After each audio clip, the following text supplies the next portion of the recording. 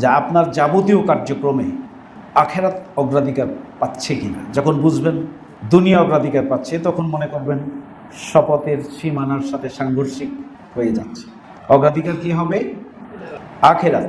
Always সকল কাজের target যদি হয় আল্লাহর সন্তুষ্টি অর্জন, টার্গেট যদি হয় পরকালীন মুক্তি, টার্গেট যদি হয় আপনার জান্নাত, তাহলে আখেরাতের চিত্রকে যারা সবসময় মনে রাখবে তারা দুনিয়ায় সবসময় আখেরাত ক্ষতিগ্রস্ত হবে এমন কোনো কাজ তারা করবে না। রোকনিয়াতের মর্যাদার অনুভূতি জাগ্রত রাখার জন্য সর্বাবস্থায় চেষ্টা করতে হবে। এটা জাগ্রত রাখার উপায় কি? জাগ্রত রাখার এক নম্বর উপায় হচ্ছে কোরআন, হাদিস, ইসলামী সাহিত্যের অধ্যয়ন নিয়মিত করতে হবে। অধ্যয়ন এখানে কুল হাল ইয়াস্তাবিল্লাযীনা ইয়ালামুন ওয়াল্লাযীনা লা ইয়ালামুন ইন্নামা ইয়াতাযাক্কারু উলুল আলবাব। কুল হাল ইয়াস্তাবিল আমা ওয়াল বাসীর আম হাল তাস্তাবিজ জুলুমাতু ওয়ান নূর ইন্নামা ইয়াখশাল্লাহ মিন ইবাদিহিল উলামা। তাহলে নলেজ থাকলে আল্লাহকে ভয় করবে। যাদের জ্ঞান আছে আর নাই তারা এক নয়। যাদের জ্ঞান আল্লাহ দিয়েছেন তারা সবসময় আল্লাহর নির্দেশনাবলীকে অনুসরণ করে। তাহলে আমরা যদি আমাদের প্রতিদিনের কার্যক্রমের পাশাপাশি আমাদের অধ্যয়নের ধারাবাহিকতা ঠিক রাখতে পারি, তাহলে আমরা রোকনিয়াতের চেতনার উপরে আমরা নিজেদেরকে ধরে রাখতে পারব। 2 নাম্বার হচ্ছে আপনি সংগঠনের তৎপরতার সাথে যদি আনন্দ পান, মজা পান, তাহলে মনে করবেন যে আপনি শপথের উপরে টিকে আছেন। আর যদি অনীহা তৈরি হয়, শয়তানের অশ্বাসা, বিভিন্ন ধরনের সংশয় এবং সন্দেহ, একে অপরের ব্যাপারে দায়িত্বশীলদের কথাকে কঠিন মনে হয়, এবং এইসব যদি মনের মধ্যে আসে, বুঝবেন শয়তান আপনার উপরে ভর করেছে। নাকি ভর করেছে? তাহলে কারণ আপনাকে একামতে দিনের কাজটিকে অগ্রাধিকার দিতে, ফিল্ডের কাজে আপনি মজা পাচ্ছেন, যত কঠিন পরিস্থিতি তত আপনি নিজেকে আরও বেশি তৎপর করতে পারছেন, যত প্রেশার সবটাকে ধারণ করার মতো একটা উচ্ছ্বাস, আনন্দ, উদ্দীপনা, স্বতঃস্ফূর্ততা নিয়ে আপনি ময়দানে ভূমিকা পালন করতে পারছেন, তাহলে বুঝবেন যে আপনি শপথের উপরে টিকে আছেন। নাকি ঠিকই আছে? এখন এই ব্যাপারে যখনই দুর্বলতা দেখবেন, মনে করবেন শয়তানি অস্ত্র সেখানে কাজ করছে। এখানে আল্লাহ দেখেন যে বলে দিয়েছেন যে আন আকিমুদ্দিন ওয়ালা তাতাফাররাকু ফিহি ওয়াজাহিদু ফিল্লাহি হাক্কা জিহাদিহি কুল ইন কানা আবাউকুম ওয়া আবনাউকুম ওয়া ইখওয়ানুকুম ইলা আখিরিল আয়াত। এই 3টি আয়াত ভালো করে অধ্যয়ন করলে সব কিছুর ওপরে একামতে দিনের কাজ গুরুত্ব দেওয়ার বিষয়ে আপনি উপলব্ধি করতে পারবেন। 3 নম্বর কথা হচ্ছে আপনি সব সময় খেয়াল রাখবেন যে আপনার যাবতীয় কার্যক্রমে আখেরাত অগ্রাধিকার পাচ্ছে কিনা। যখন বুঝবেন দুনিয়া অগ্রাধিকার পাচ্ছে, তখন মনে করবেন শপথের সীমানার সাথে সাংঘর্ষিক হয়ে যাচ্ছে। অগ্রাধিকার কি হবে? আখেরাত। অগ্রাধিকার আখেরাত। অলওয়েজ অগ্রাধিকার আখেরাত। এখন আপনার সকল কাজের টার্গেট যদি হয় আল্লাহর সন্তুষ্টি অর্জন, টার্গেট যদি হয় পরকালীন মুক্তি, টার্গেট যদি হয় আপনার জান্নাত, তাহলে আখেরাতের চিত্রকে যারা সবসময় মনে রাখবে তারা দুনিয়ায় সবসময় আখেরাত ক্ষতিগ্রস্ত হবে এমন কোনো কাজ তারা করবে না।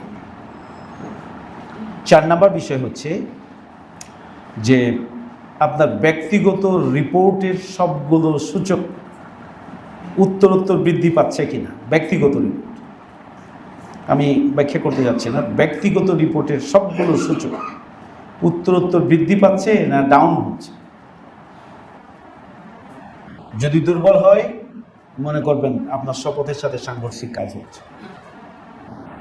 ব্যক্তিগত রিপোর্টের কি? ব্যক্তিগত রিপোর্টের সবগুলো সূচক উত্তরোত্তর সুন্দর হতে হবে। ঠিক আছে? এরপরে হচ্ছে আত্মসমালোচনাটা মানসম্মত হবে, আত্মসমালোচনা হবে মানসম্মত।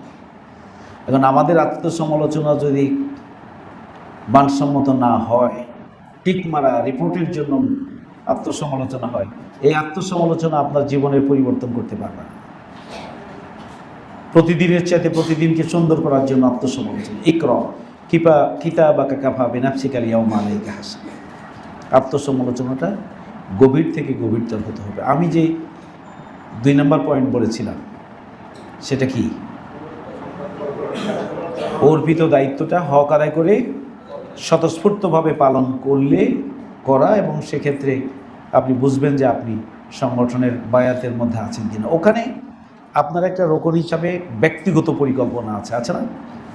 ব্যক্তিগত সাংগঠনিক পরিকল্পনা, অর্থাৎ আপনি যে রোকন, আপনার একটা বার্ষিক পরিকল্পনা আছে, এই পরিকল্পনাটার বাস্তবায়নের দিকে আপনাকে নজর দিতে হবে।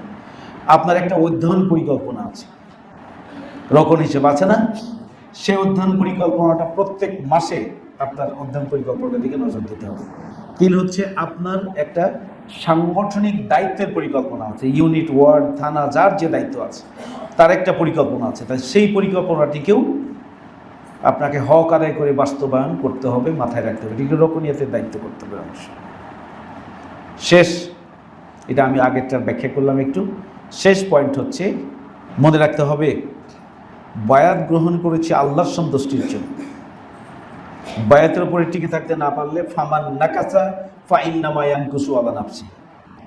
এক্ষণে যারা শপথের উপর টিকে থাকতে পারলো না, তার কুফল তার নিজের উপর। ওয়াযালিকা হুয়াল ফাউজুল আযীম।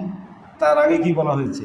ওমান আউফা বিমা আহাদা আলাইহিল্লাহ ফাসায়ুতিহি ওমান আউফা বিআহদিহি মিনাল্লাহি ফাস্তাবশিরু বিবাইকুমুল্লাযীনা বায়াতুম বিহি ওয়াযালিকা হুয়াল ফাউজুল আযীম। মহাসফলতার অধিকারী বলা হয়েছে কাদেরকে? যারা শপথের উপরে সন্তুষ্ট থাকবে, টিকে থাকবে।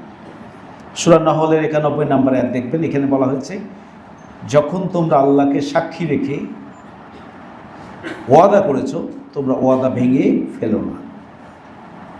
তাহলে আমাদেরকে সর্বাবস্থায় শপথের মর্যাদার অনুভূতির সাথে এইটুকু কথা যে সর্বাবস্থায় শপথ যেমন আমার জান্নাতের জন্য, দুনিয়ার সফলতার জন্য, পরকালীন মুক্তির জন্য, দুনিয়ায় আল্লাহর পক্ষ থেকে পুরস্কৃত হওয়ার জন্য, জান্নাত লাভের জন্য, এই যে শপথ আমরা করেছি, ঠিক শপথের উপর টিকে থাকতে না পারলে কুফলটা পুরোটা আমাদের উপরে আসবে।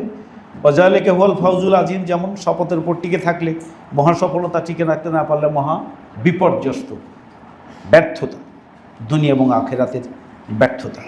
এদিকে সবসময় মাথায় রাখতে হবে। আমি যে পয়েন্টটা শেষে বলতে গিয়েছিলাম, গভীর আত্মসমালোচনা আমাদেরকে উত্তরোত্তর নিজেদের উন্নয়নের পাশাপাশি আমাদেরকে শপথের উপরে টিকে থাকার ক্ষেত্রে সহযোগিতা করবে। আর রব্বানা লা তুযিগ কুলুবানা বা'দা ইয হাদাইতানা ওয়া হাব লানা মিন লাদুনকা রাহমাতান ইন্নাকা আনতাল ওয়াহ্হাব। আমাদেরকে সবসময় আল্লাহ সাহায্য করবে। আল্লাহ রাব্বুল আলামিন আমাদের সবাইকে কবুল করুন। ওয়া মা তাওফীক ইল্লা বিল্লাহ। আসসালামু আলাইকুম ওয়া রাহমাতুল্লাহি ওয়া বারাকাতুহু।